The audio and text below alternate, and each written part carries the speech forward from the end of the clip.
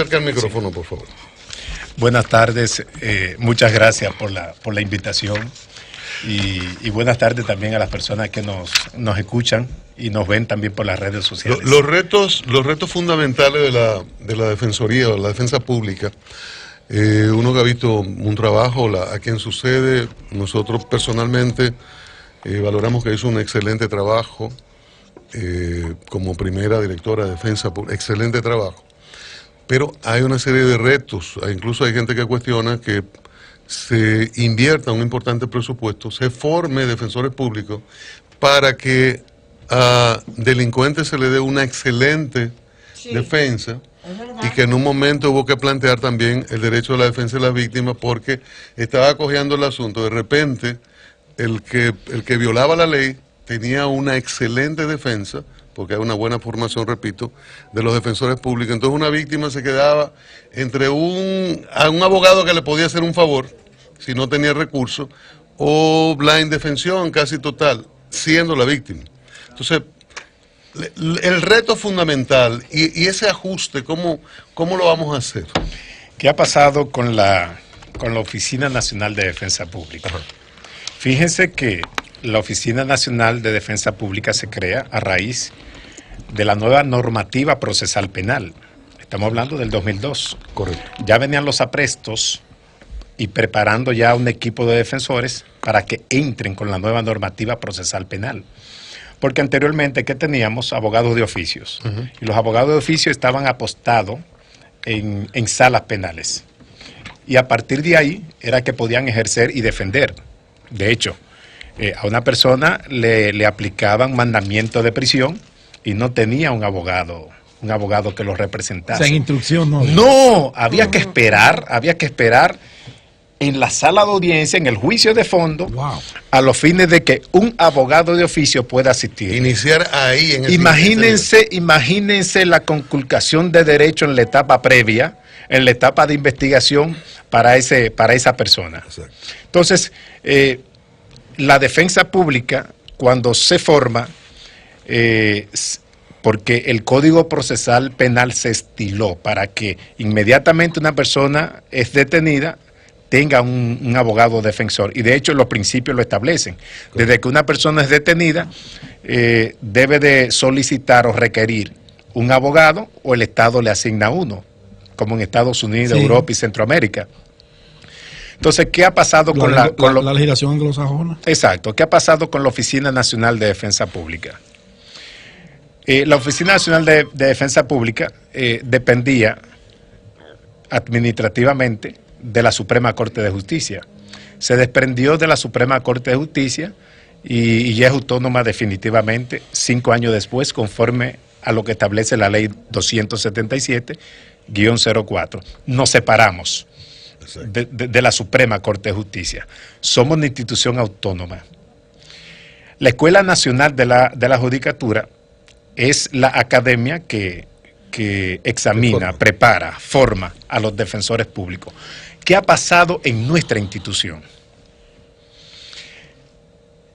Se estila que cuando la defensa pública inició, la estrategia en 5 años iba a haber 450 defensores públicos ocupando todas las jurisdicciones a nivel nacional. A 15 años de la formación de esa institución, contamos con 125 defensores públicos. ¿Cómo es la cosa? 125 para todas las jurisdicciones a nivel nacional. Judiciales. Sí. No, ¿qué ha pasado? Dentro de la Oficina Nacional de Defensa Pública, en Centroamérica y Suramérica, los defensores públicos, el sueldo es equivalente a los jueces ante quienes ellos postulan. Correcto. $2,000. Sí, $2,000, $3,000. En Brasil me parece que son $6,000 que gana un defensor público. Aquí son 500. Sí. O equivalente al Ministerio Público. Cuando iniciamos, el defensor público ganaba más que el Ministerio Público. Entonces, por la inflación que ha venido suscitándose y el no aumento salarial de los defensores públicos. ¿Qué están haciendo los De defensores todos los públicos? servidores públicos. Sí, ¿qué han hecho los defensores públicos? Irse a ejercer. Sí, se han ido todos, la mayoría, defensores públicos con calidad, se han ido a la judicatura, se han ido al Ministerio Público, se han ido a firmas privadas. Porque hemos hecho una inversión enorme. Exacto, entonces la perdemos porque el defensor público no tiene los recursos suficientes ante la carga laboral de trabajo que tiene. O sea, un defensor público, yo en particular, yo llegué a subir audiencia a 8 y 9 audiencias. Es decir, En un día. preparar 8 teorías de casos. No, eso es... En un día, 8 no, procesos eso no de es cuenta, fondo. eso En no 8 es procesos de fondo. Y déjenme decirles, señores, conocer 4 fondos, conocer 5 fondos de esas 8 audiencias. Entonces, esa es la vida de un defensor público. Y además, los requerimientos que debe de hacer, que habeas corpus, que amparo, Claro. que recurso de apelación, recurso de revisión, revisiones de medida de coerción. O sea, es el trabajo de un defensor público. Y el tema es falta de presupuesto. Falta.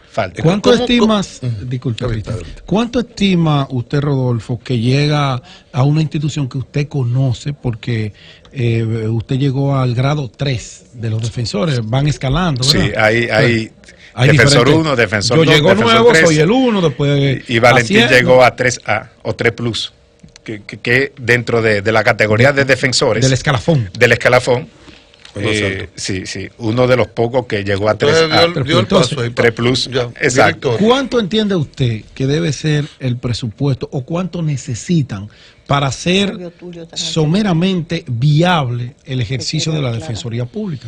El presupuesto que presentó la directora anterior, Laura.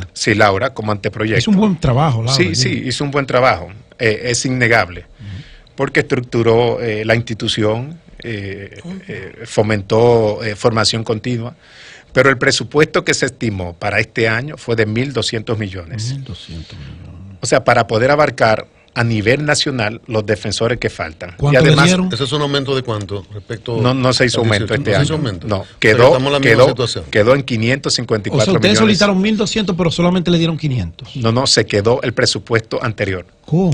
La misma cantidad. 554 millones. Eso para todos los gastos. No hubo aumento, Eso no hay no hubo nada aumento que para hacer. la Oficina Nacional de Defensa Pública y es un tema de acceso a la justicia que el Estado debe de garantizar. Sí, Aquí claro. hay poblado que no hay oficina de defensa pública. Entonces las personas en conflicto con la ley, yo pregunto cómo acceden a la justicia. Así es. O sea, ¿quién lo defiende? ¿Quién Nadie. lo asiste? Y es caro. Tienen que comenzar a trabajar eso ahora. Sí, inmediatamente. Buscando aliados Exacto. para ir creando una conciencia sobre esto. Sí, así Porque, bueno, en el ámbito del colegio de abogados lo que tienen enemigos. Pero, bueno, enemigos por este presidente, Surum. Sí. Pero tienen Ay. que comenzar a trabajar ahora, en este enero, Así es. para lograr... Y procurar en estos días procurar que en también el algún próximo complementario. presupuesto- Oye, complementario. Surún, ¿qué es lo que dice Surún? Que ellos le quitan sí, que le quitan el trabajo. Es una clientes. competencia desleal para los abogados, barbaridades, dice para los Surún. profesionales del derecho. del de libre derecho. Y es en lo absoluto. Pero en lo eso absoluto. es, nada. eso De es, todo lo eso está en la contrario. Constitución, en Claro, todo. eso es Constitución. En no, todas su partes. Y si Constitución usted no. no, yo lo he visto en toda la película, si usted no tiene un abogado, el Estado se lo Le va, va a proveer proveer. uno. Sí, Hasta lo en dice. todas las constituciones En de todos los todas. países del mundo. Es un derecho. De todos los Churún países estaba del mundo. errado en esa discusión y en ese pleito. con Pero Laura. Surún no estuvo bien. No. ¿Qué estuvo dice, bien. Surún? Que la defensa pública Le quita, asiste a sí. personas con mucho dinero, asiste a personas con mucho dinero, pero ocurre una situación. Ustedes recuerdan el caso del señor Rafael Román. Correcto. A mí me correspondió Sí. asistirlo en Santiago. ¿Por qué? Este señor tuvo más de 11 abogados privados, tuvo más de 5 defensores públicos del Cibao. Y este señor, según las notas que salían, las noticias que salían, prolongaba los procesos, Sí. incidentando, Y era así. desistiendo de los abogados, y es un hombre que contaba con mucho dinero, Mucho dinero. Sí. Pero hubo... Un momentitico, 30 segundos. porque nos está llamando, estamos hablando con el doctor, vamos a hablar Estamos con Rodolfo Valentín Santos, director de Defensa Pública.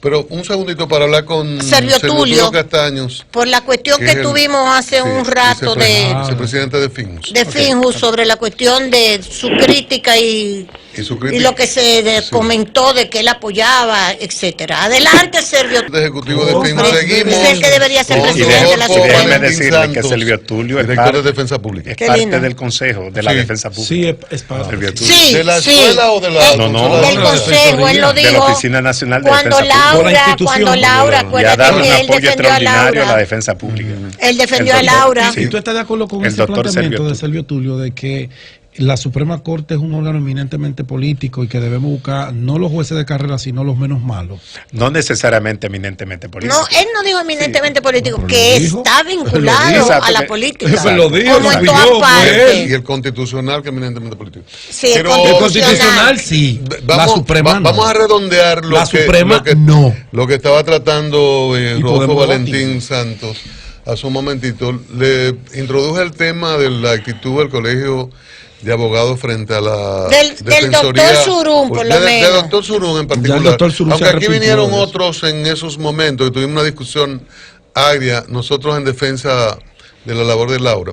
Sí.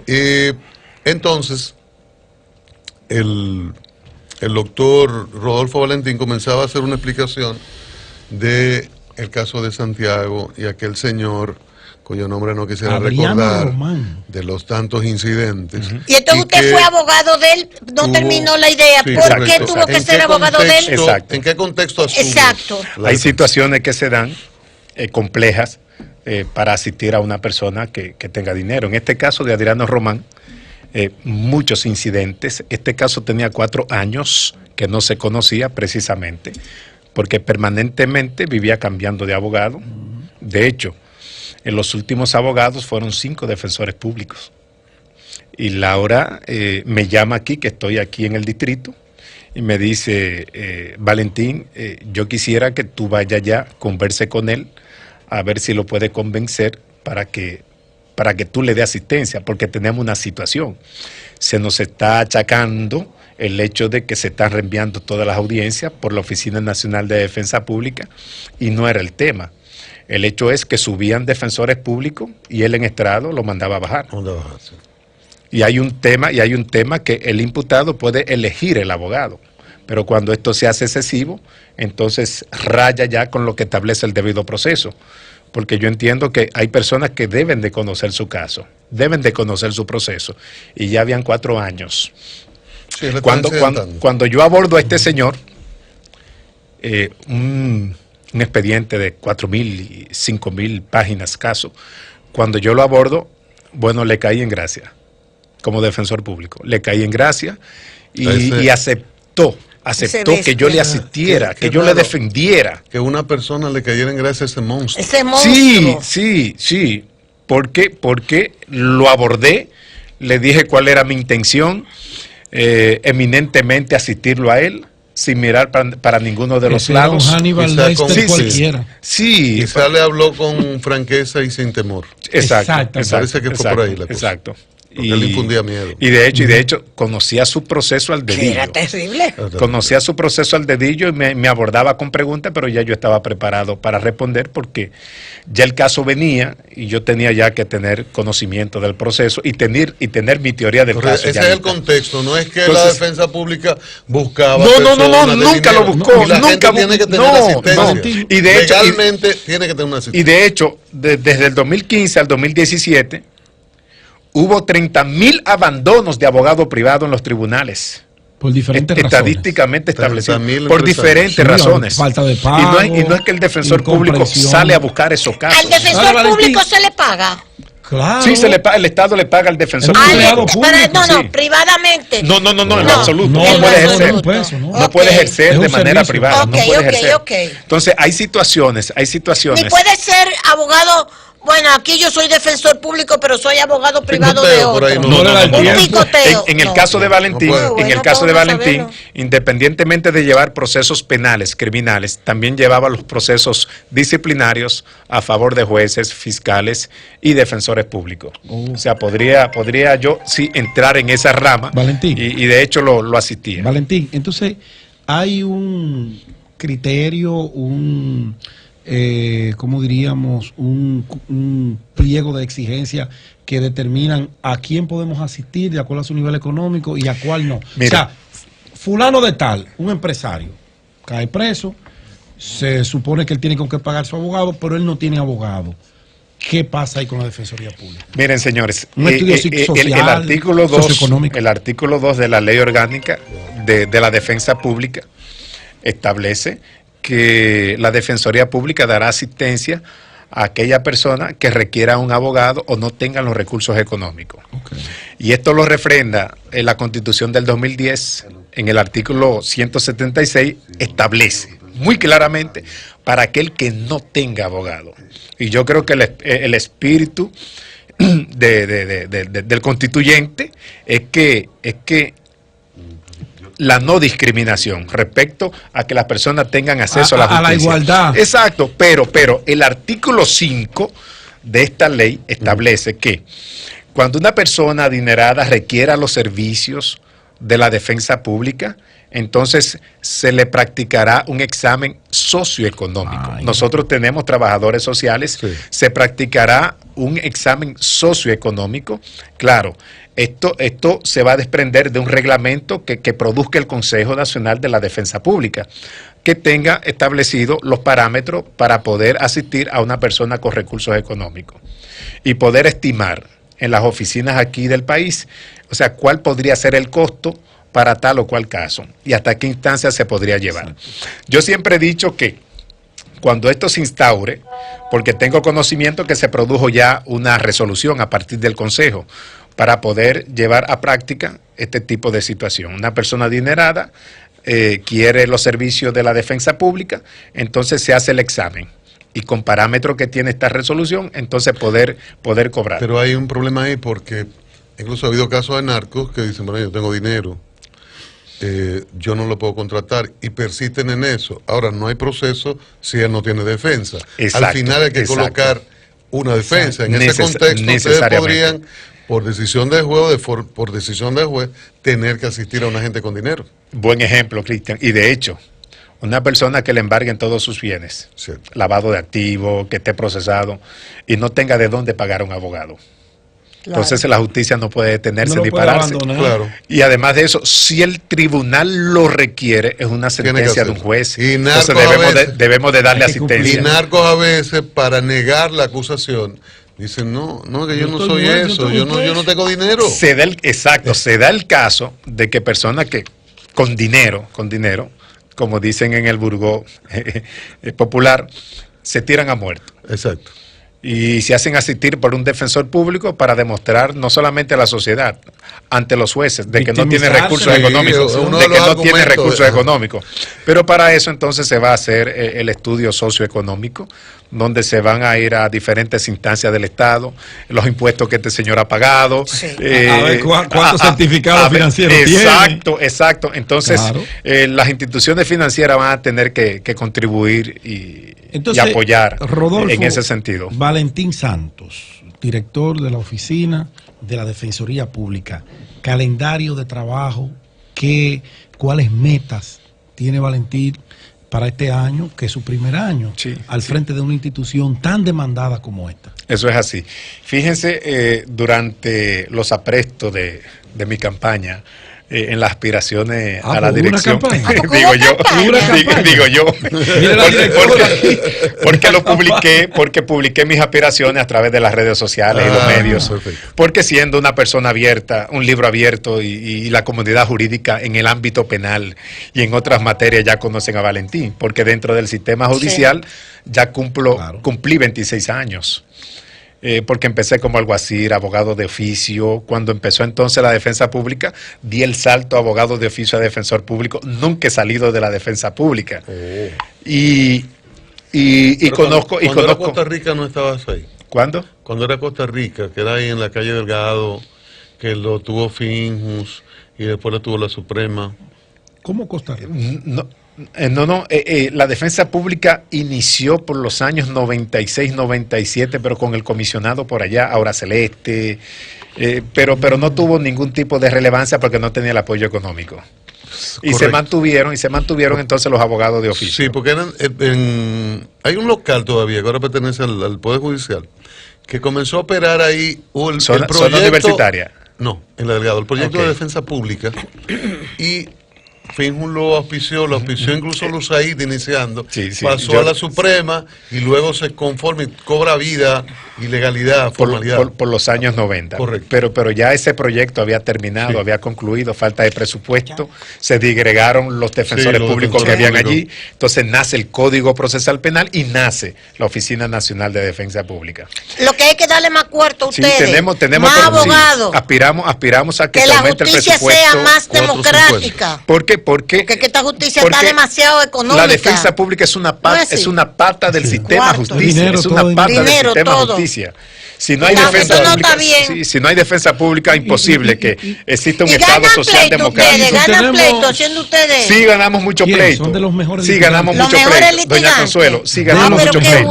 Ganamos mucho pleito. Porque el defensor público. No, tiene cuarto, Consuelo. A usted le hace motivo socioeconómico y tiene que pagar el lado de cuarto. No, pero le tienen que hacer un examen de los cuartos y de la. Si es de trabajo. Gracias. Pero señores, saben que las puertas están abiertas en esa institución. Gracias. Al pueblo dominicano que sepan lo que es la defensoría.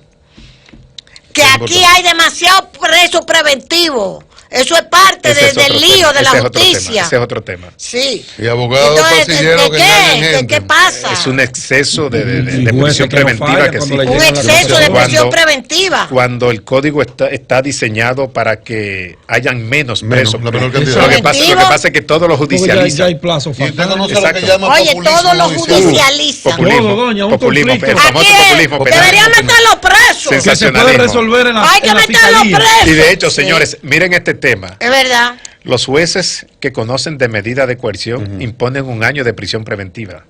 Casi automático. Y el código establece 3 meses de prisión preventiva, porque a los 3 meses concluye el Ministerio Público su investigación y presenta actos conclusivos. Por lo que en ese año, ese juez, mediante resolución, le está brincando al juez de la audiencia preliminar, al juez de los juicios y al juez de corte, porque hay casos que en 8 meses se conoce en corte. Claro. Y este juez impone 1 año de prisión preventiva. 1 año de prisión preventiva. Cuando el código establece 3 meses. Populismo, y los medios se sienten bien, se sienten bien que los medios. ¡Sangre! Populismo. Yo lo inscribo ahí. Director de la Muy bien, felicidades. Muchísimas gracias y éxito. Gracias a ustedes. Estoy a sus órdenes y a su disposición. Muy bien. Muchas gracias a ustedes. Que pasen por...